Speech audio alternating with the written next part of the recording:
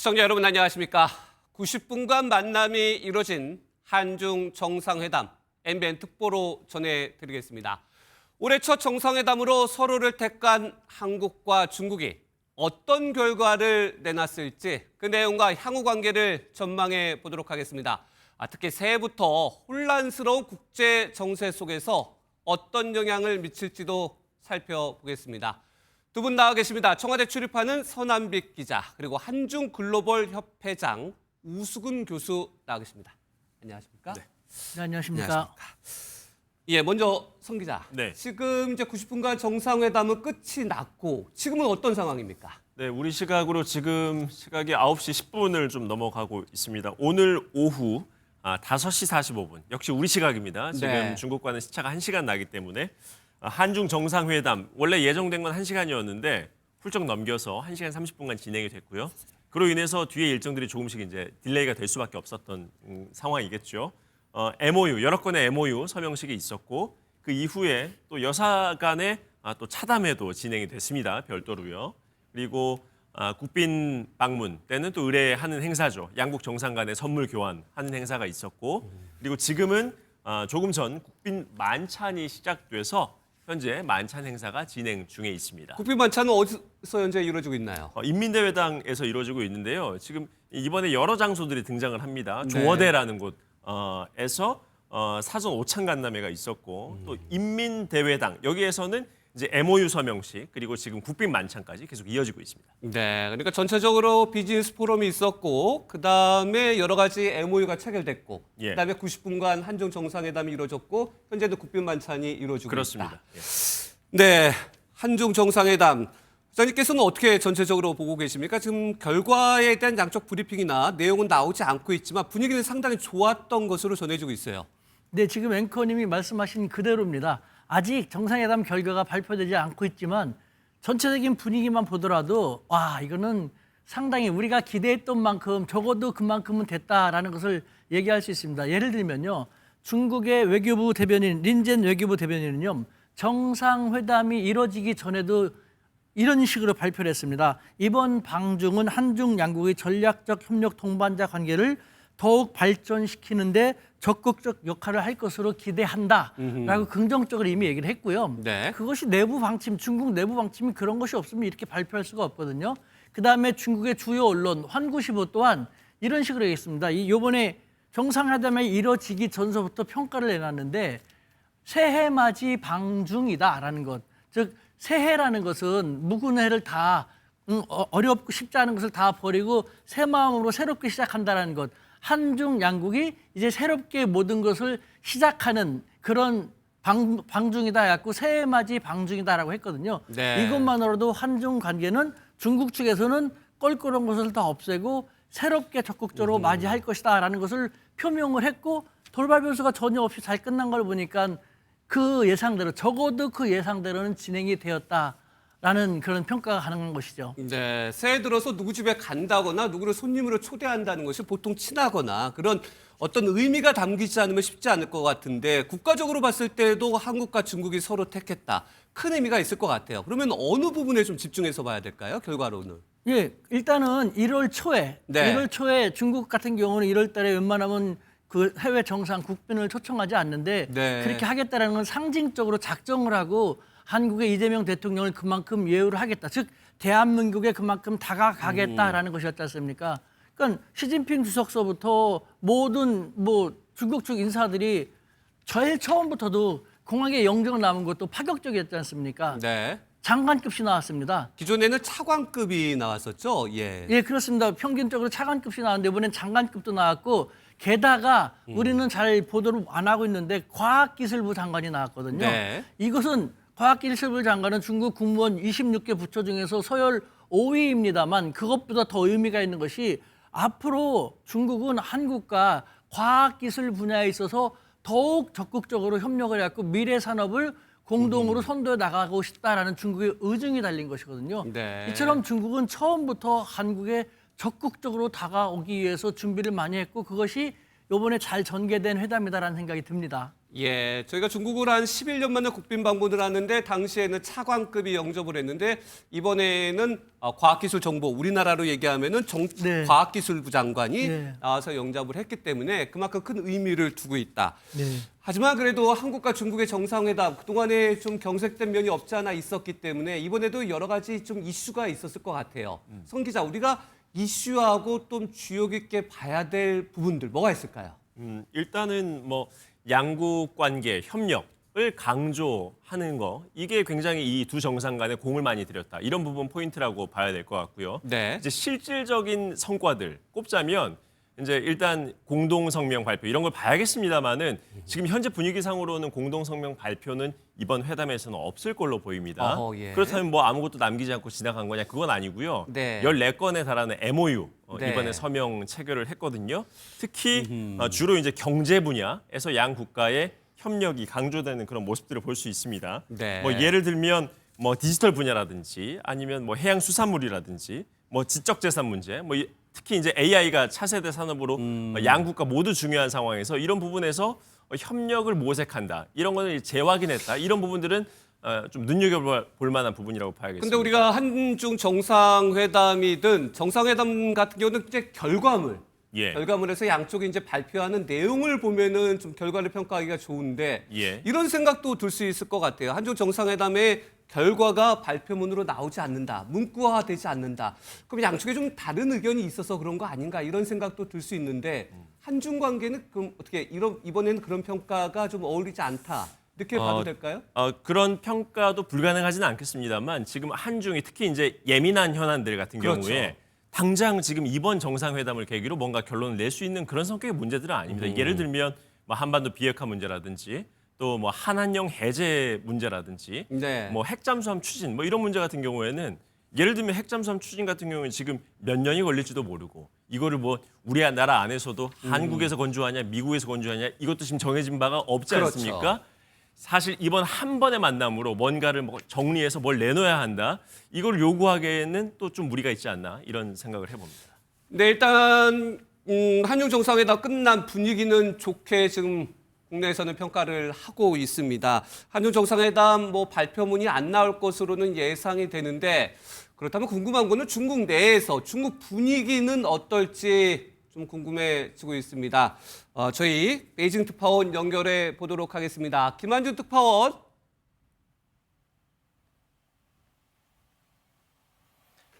네, 중국에서도 어떤 결과가 아직은 나오지 않은 것 같은데 현지 분위기를 전해 주시죠. 네, 새해 첫 손님으로 이재명 대통령을 초청한 것 자체가 중국이 한중 관계를 얼마나 중요하게 생각하는지 알 수 있는 대목입니다. 중국은 이 대통령이 어제 공항에 도착했을 때부터 정상회담을 하고 만찬을 진행한 지금까지도 최고의 예우를 갖추고 있는데요.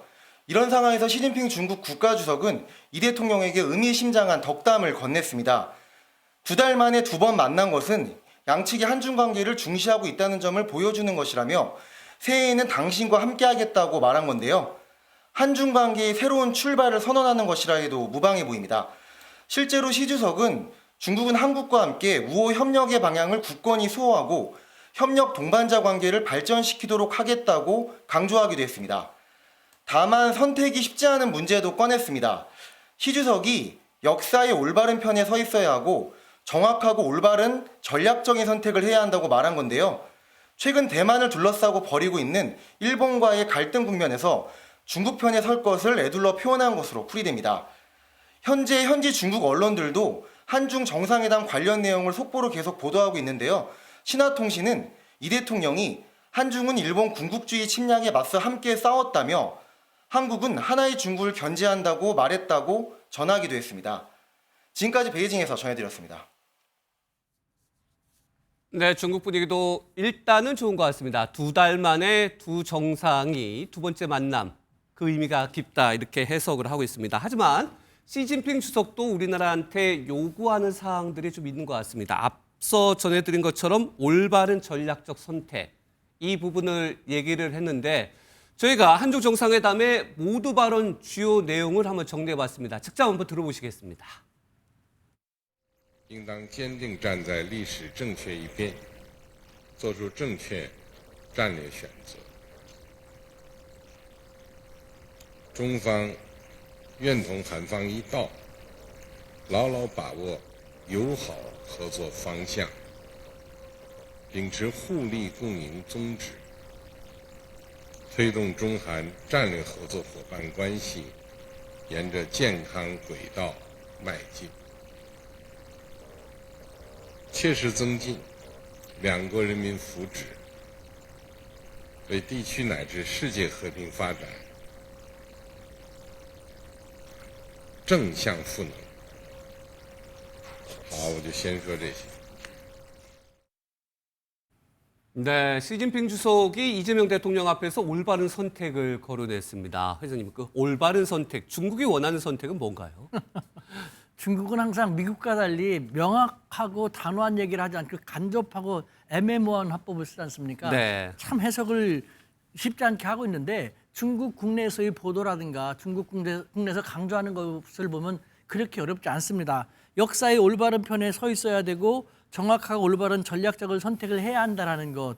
시진핑 주석이 아마 우리 대통령에게 가장 하고 싶은 얘기였다라는 생각이 드는데요. 이것은 바로 제 생각에는요. 미국과 일본을 겨냥한 얘기라는 생각이 듭니다. 지금 미국이 전 세계적으로 또 베네수엘라에 대한 공습도 감행을 했는데요. 그것은 뭐 저도 국제법을 전공하기 때문에 제 개인적인 견해만 한다 하더라도 네. 국제법 위반이거든요. 그러니까 미국이 자꾸 패권주의 형태를 강화시켜 나가고 있다. 인류 역사가 이미 많은 피해를 거치면서 희생을 거치면서 지나온 패권주의 형태를 다시 가고 있는데 그 미국과 함께해서는 안 될 것이지 않냐. 게다가 일본도 다카이치 수상이 집권해갖고 극우 행보를 더욱 가속화시키고 있지 않습니까? 역사를 뒤로 돌리는 행보지 않습니까? 네. 역사를 잘못 선택하면 그렇게 된다는 것이기 때문에 한국에게 미국과 일본에게 너무 다가가지 말고 네. 이런 역사를 퇴행시키는 그런 행보에 동조하지 않는 것이 한국에게 좋지 않을까? 우리 차라리 미래지향적으로 함께 더 나아가자라는 네. 것을 애둘러서 표현한 것이라는 생각이 드는 거죠. 지금 이 얘기는 그 중국과 상당히 밀착 관계에 있는 베네수엘라 대통령이 이제 생포된 장면이 저희 그 한중 정상회담 기간에 이루어진 거 아니겠습니까? 네.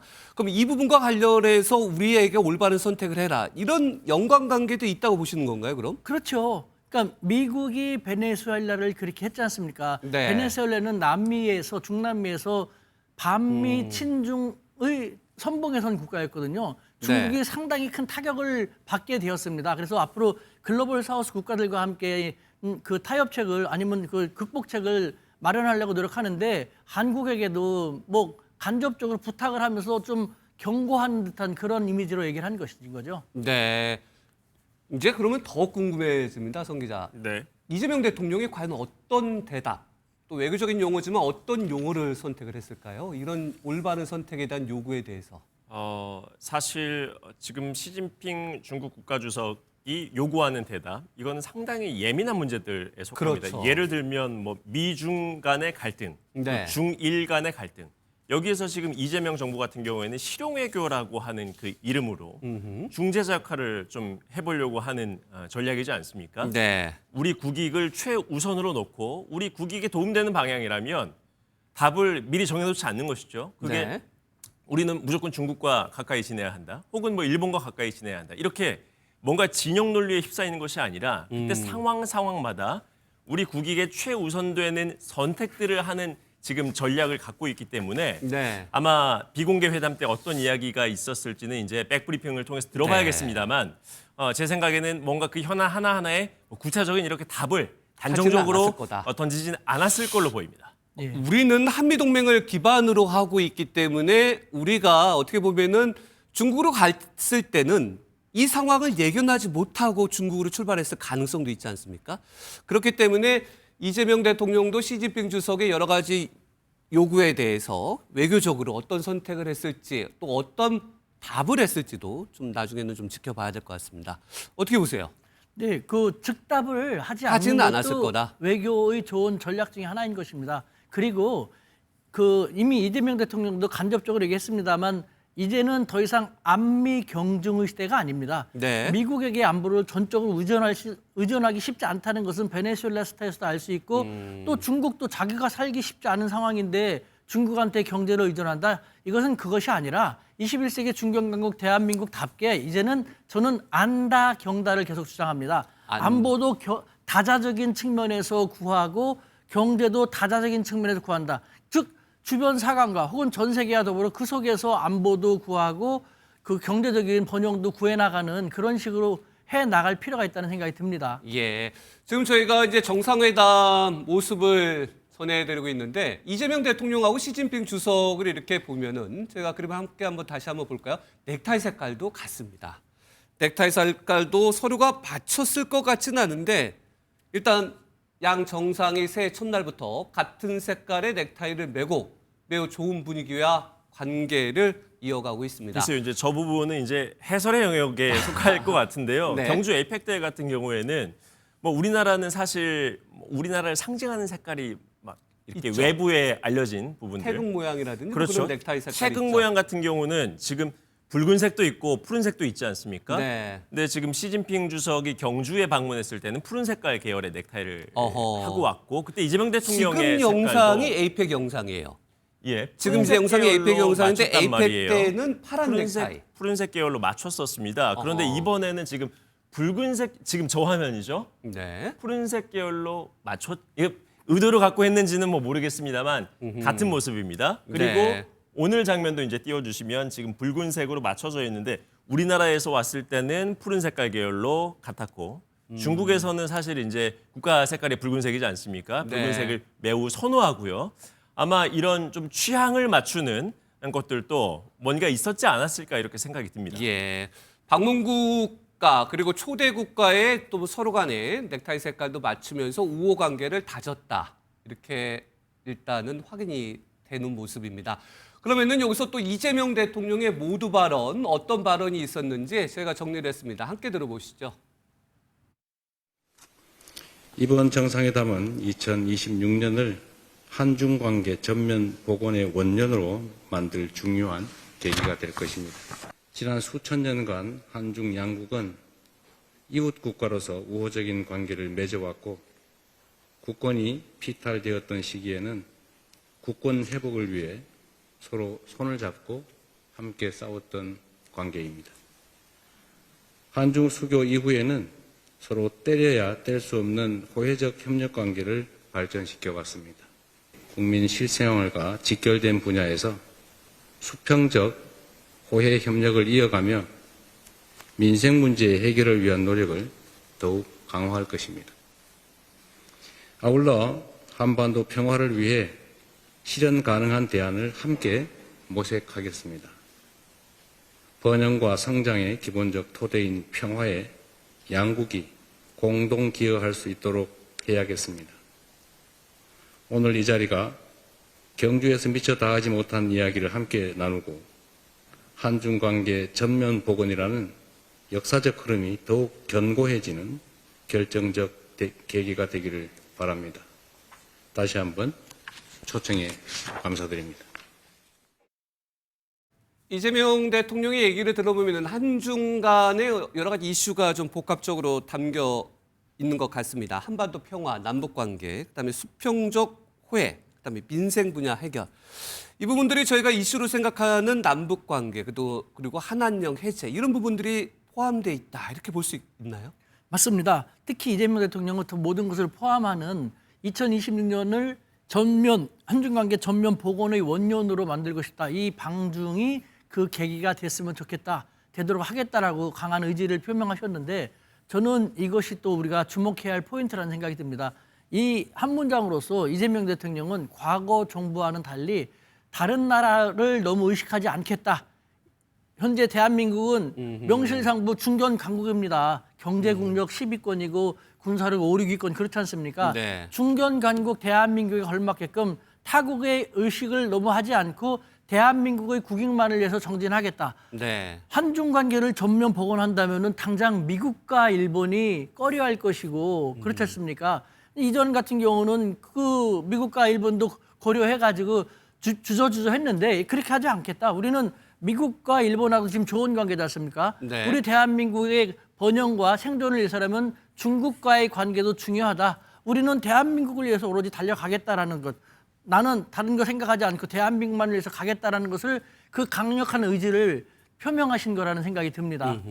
그리고 저희가 이제 중국과 관련돼 가지고 항상 궁금한 부분이 대만 문제 아니겠습니까? 이재명 대통령은 중국으로 떠나기 전에 이제 언론 인터뷰에서 하나의 중국, 그런데 원칙이라는 표현은 안 했지만 하나의 중국을 인정하는 그런 기자회견도 했었는데 지금 전체적으로 봤을 때 대만 문제, 그다음에 미국과 관련된 문제는 거의 거론되지 않고 있다. 이건 어떻게 보면 전략적 대화의 선택이라고 봐야 될까요?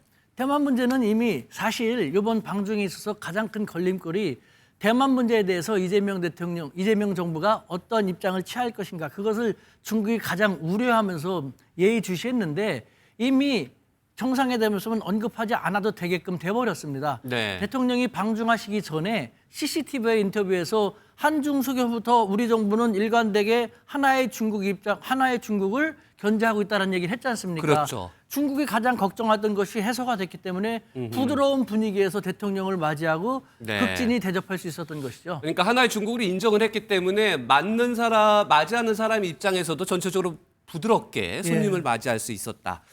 지금 송 기자, 네. 우리는 좀 이번에 어떻게 그런 문구가 글쎄요, 그런 얘기가 나올 수 있는 해석이 가능할지 한한령 이번에 해제됐다. 이런 얘기가 나올 수 있을까요?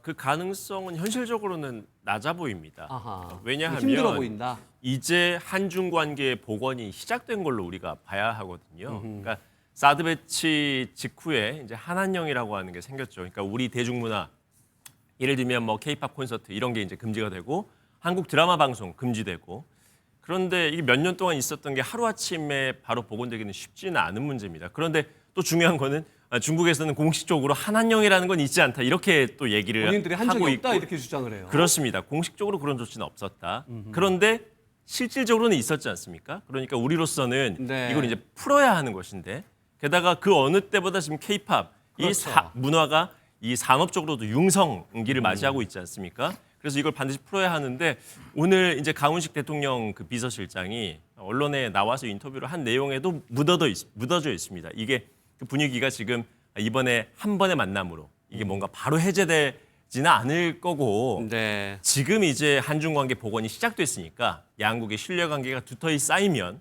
그때는 이제 전부 다 해제가 되지 않겠냐 이런 식의 지금 기대감을 우리 정부에서는 갖고 있습니다. 제가- 눈 녹듯이 한 번에 푸는 것이 아니라 얼음이 경색 관계가 이제 녹기 시작했다. 네, 한한령 해제에 대해서 제가 간곡히 다시 한번 우리 사회에 말씀드리고 싶은 게 있는데 네. 저는 중국에 자주 왔다 갔다 하면서 중국의 그 관련 고위층들하고 대화를 벌써 20여 년 동안 하고 있거든요. 네. 한번 우리 생각해봤으면 좋겠습니다. 한한령을 중국이 한국에 취함으로써 중국이 얻을 수 있는 국익은 과연 무엇일까요? 득실을 한번 생각해볼까요? 득이 별로 없습니다. 중국 입장에서도 네, 실이 훨씬 더 많죠. 예를 들면 가장 힘든 것은 한한령을 취함으로써 이웃나라인 한국의 민심이 중국으로부터 완전히 멀어져 갔지 않습니까? 그다음에 중국 경제가 잘 나가고 기업이 잘 나간다 하더라도 네. 한국 경제 기업과의 상호 보완적인 필요도 있거든요. 그러니까 중국으로서도 더군다나 중국은 너무 강하게 거칠게 제재 조치를 취해라는 국제사회 이미지도 안 좋지 않습니까? 따라서 욱하고 한한령을 취했지만 중국은 애진작에 한한령을 풀려고 했어요. 그런데 중국의 체제 속성상 어떻게 푸느냐? 절차상 최고 지도자가 한국의 최고 지도자가 만나서 한중 정상회담을 잘 원만히 진행을 하게 되면은 그것이 신호탄이 된다. 그럼 이미 해제 신호탄은 올려졌습니다. 지난 에이펙 경주회담에서 양국 네. 정상이 만났고 또 그때 얘기했지 않습니까? 왕이 외교부장에게 한국의 K 콘서트가 중국에서 잘 진행되도록 도우라고 했지 않습니까? 이미 오케이가 됐는데 문제는 방법이 다른 겁니다. 네. 우리는 빨리빨리 민족입니다. 중국은 만만디 민족입니다. 이 한한령이 있기 전에도 중국에서 어떤 K-팝 콘서트 같은 게 하나 진행되려면 적어도 6개월 이상의 준비 기간이 필요했거든요. 네. 근데 지금 경주에서 정상회담한 지 2개월도 안 됐거든요. 그러니까 우리는 한한령은 이미 해제되는 기조는 틀림이 없습니다. 다만 너무 서두르지 말고 너무 조급하게 생각하지 말고 지켜보면 됩니다. 중국은 중국 나름대로 준비하면서 하는데 너무 그러니까 중국이 그걸 부담스러워요. 너무 네. 압박을 준다라는. 근데 중국이 해제를 풀 때는 만만디인데 해제를 했을 때는 상당히 빨랐어요. 저희들에게. 그렇기 그렇죠. 때문에 저희들 입장에서는 풀어줄 때도 좀 빨리 풀어줬으면 하는 생각이 들었는데 지금 말씀하신 것처럼 이제 서로 간의 문화 교류나 K-팝 교류 이런 부분들은 천천히 한다 할지라도 그 부부 사정 관계 있을 때 지금 오늘 보니까 비즈니스 포럼을 했을 때 우리나라에서 대기업 총수들이 다 대부분 갔어요. 그러면서 좀 경제적으로 좀 푸는 모습 이런 부분은 어떻게 보십니까? 중국이 바라는 바이기도 한 것이죠. 문화 교류 같은 것도 마찬가지고 민생. 이번에도 양국 정상이 민생 해결을 가장 중요한 현안으로 얘기했지 않습니까? 예. 중국도 지금 국제사회에서 중국의 이미지가 별로 안 좋지 않습니까? 중국의 브랜드만으로 국제 글로벌 시장을 나가기 쉽지 않은데 K 브랜드는 좋지 않습니까?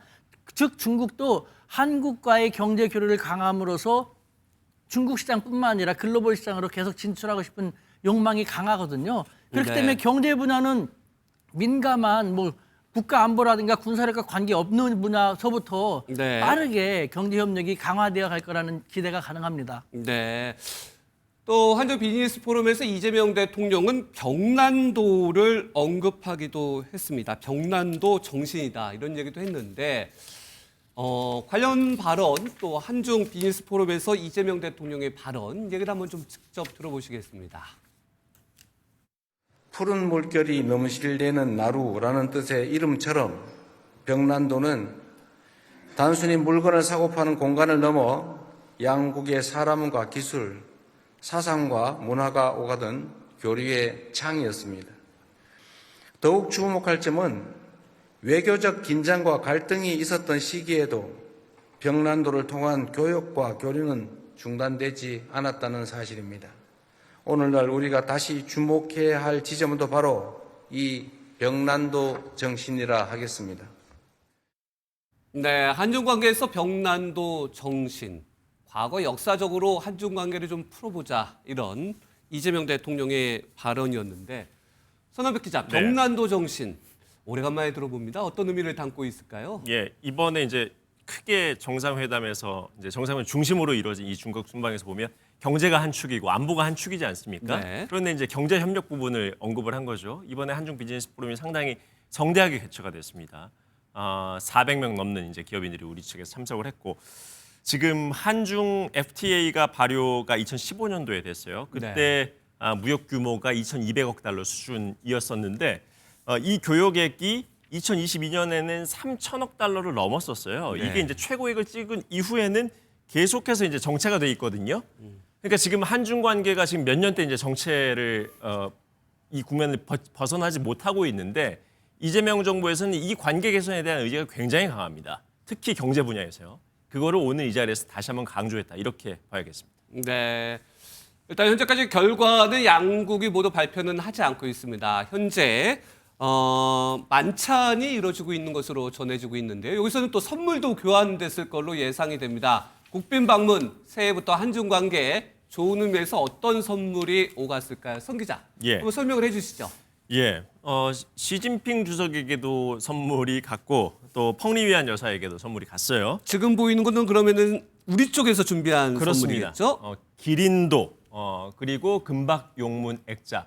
이게 이제 다 이른바 소위 말해서 취향 저격 선물이라고 평가를 할 수 아하. 있을 것 같아요. 이제 예. 상상 속 동물 기린을 그린 그림이 이제 그 왼쪽에 보이는 민화 기린도인데요. 이게 다른 생명을 해치지 않는 어진 동물이라는 뜻을 담고 있다고 합니다. 네. 특히 자손 번창 이런 것들을 상징한다고 어허. 해요. 그러니까 시진핑 주석에게는 상당히 기분이 좋을 만한 의미를 담고 있는 선물이고 금방 용문 액자에 담긴 이 용 같은 경우에도 이 왕실과 위엄, 장수 번영 뭐 이런 것들이 상징하는 그림이겠습니다. 그리고 이제 시진핑 펑리위안 주석이 여사, 예. 왕이 쓰는 그 포를 좋아하겠죠? 아니 그럼요. 이런 선물을 받았을 때 지금 몇 년째 그 주석 역할을 하고 있는데 네. 이걸 불쾌할 그 정상이 누가 있겠습니까? 아무래도 그리고 이제 저희가 전에 이제 한미 정상회담에서 트럼프 대통령이 금을 좋아하기 때문에 제가 예. 금과 관련된 여러 가지 선물했던 것처럼 시진핑 주석과 관련돼서 어떤 부분을 좋아할지 상당히 예. 고민을 했을 거예요. 사실 뭐 트럼프 대통령 같은 경우에도 미국 내에서 그 금관 선물한 게 뭐 이렇게 짤 영상 같은 걸로 그렇죠. 약간 비판도 뭐 그 자국 내에서는 막 트럼프 대통령 향해서 하기도 하고 했습니다만은 제가 전해 듣기로는 트럼프 대통령도 그 선물을 매우 기분 좋게 받았다고 알고 있습니다. 시진핑 지금 주석 또한 그랬을 것 같고요. 또 앞서 저희가 잠깐 그래픽으로 보여드렸는데 펑리위안 여사를 위한 예. 선물도 준비가 됐어요. 예, 역시 취향에 맞춰서 이제 선물을 했는데 이수경 칠보명인이 제작을 했다고 하는 탐화 놀이개 선물, 그리고 또 하나는 K뷰티에 또 관심이 많다고 해요. 네. 그래서 이 뷰티 디바이스를 통해서 또 K뷰티의 우수성을 알리는 그런 선물도 전달했다고 합니다. 네. 좀 서로 간에 상당히 배려를 하고 또 생각을 많이 하는 그런 한중 정상회담이 새해부터 지금 이루어지고 있습니다. 지금 회장님, 네. 지금 한중 정상회담은 끝은 나지 않았지만 올해 시작을 한중 관계로 시작을 했습니다. 앞으로 한중 관계 전망을 어떻게 보십니까? 우리 하기 나름입니다. 우리 하기 나름이다. 사실은 중국은 한중 관계 개선을 정말 원했어요. 네. 그 시진핑 주석이 방안이 지난 에이펙 경주 때 겨우 몇 년 만에 이루어졌지 않습니까? 사실은 문재인 정부 시절 내내 시진핑 주석 측은 방안을 위해서 정말 많이 노력했습니다. 제가 또렷이 기억하는 것만도 4번이나 됐는데 그때마다 손발이 잘 맞지 않아가지고 손바닥이 맞지 않았고 이루어지지 않았거든요. 네. 한중 관계를 빨리 개선해서 한국이 미국이나 일본 쪽으로만 경사되지 않도록 하는 것이 중국의 국가 안보에 대단히 중요하다는 측면에서 계속 노력을 했는데 이재명 대통령에서 꼼꼼히 파악하고 또 이재명 대통령이 당선되자 이제 좋은 기회가 됐다 해서 이재명 대통령이 집권하면서 중국이 더욱 적극적으로 네. 우리의 접근을 했거든요. 이와 같은 더군다나 미국과 중국의 경쟁은 아직도 격화되고 있는 상태지 않습니까? 예. 이 속에서 우리는 중국도 우리를 필요하고 미국도 우리를 필요하기 때문에 우리의 기회일 수 있는 것이죠. 따라서 우리가 중국과의 관계를 중국이 우리를 어떻게 하느냐가 아니라 중국을 잘 알면서 이해하면서 어떻게 잘 이끌어가느냐에 따라서 한중 관계는 어떻게 발전해 나갈 것인가 아니면 퇴보할 것인가가 크게 좌우될 거라는 생각이 듭니다. 네. 그러면은 오늘 이재명 대통령이 국빈 만찬을 마치고 나서 앞으로 예. 어떤 일정들이 남아 있습니까? 예, 내일 같은 경우에는 이제 상해로 오후에 이동을 합니다. 상해로. 예, 이제 3일차를 맞이하게 되는 것이죠. 이제 4일차에 이제 한국으로 들어오는데 상해 가서는 임시정부 청사 방문하는 행사가 있는데 과거 전 대통령들도 이제 많이들 방문했던 곳이고요. 거기에서 역사의 의미를 다시 한번 되짚어보는 시간을 가질 것 같습니다. 네. 알겠습니다. 벌써 한중 관계가 좋아서 그런지 저희 특보도 마감할 시간이 됐습니다. 한중 정상회담 90분간의 회담이 마치고 현재는 국빈 만찬이 이루어지고 있습니다. 한중 정상회담의 의미 그리고 앞으로 전망까지 해봤습니다. 여기서 특보 마치겠습니다. 고맙습니다.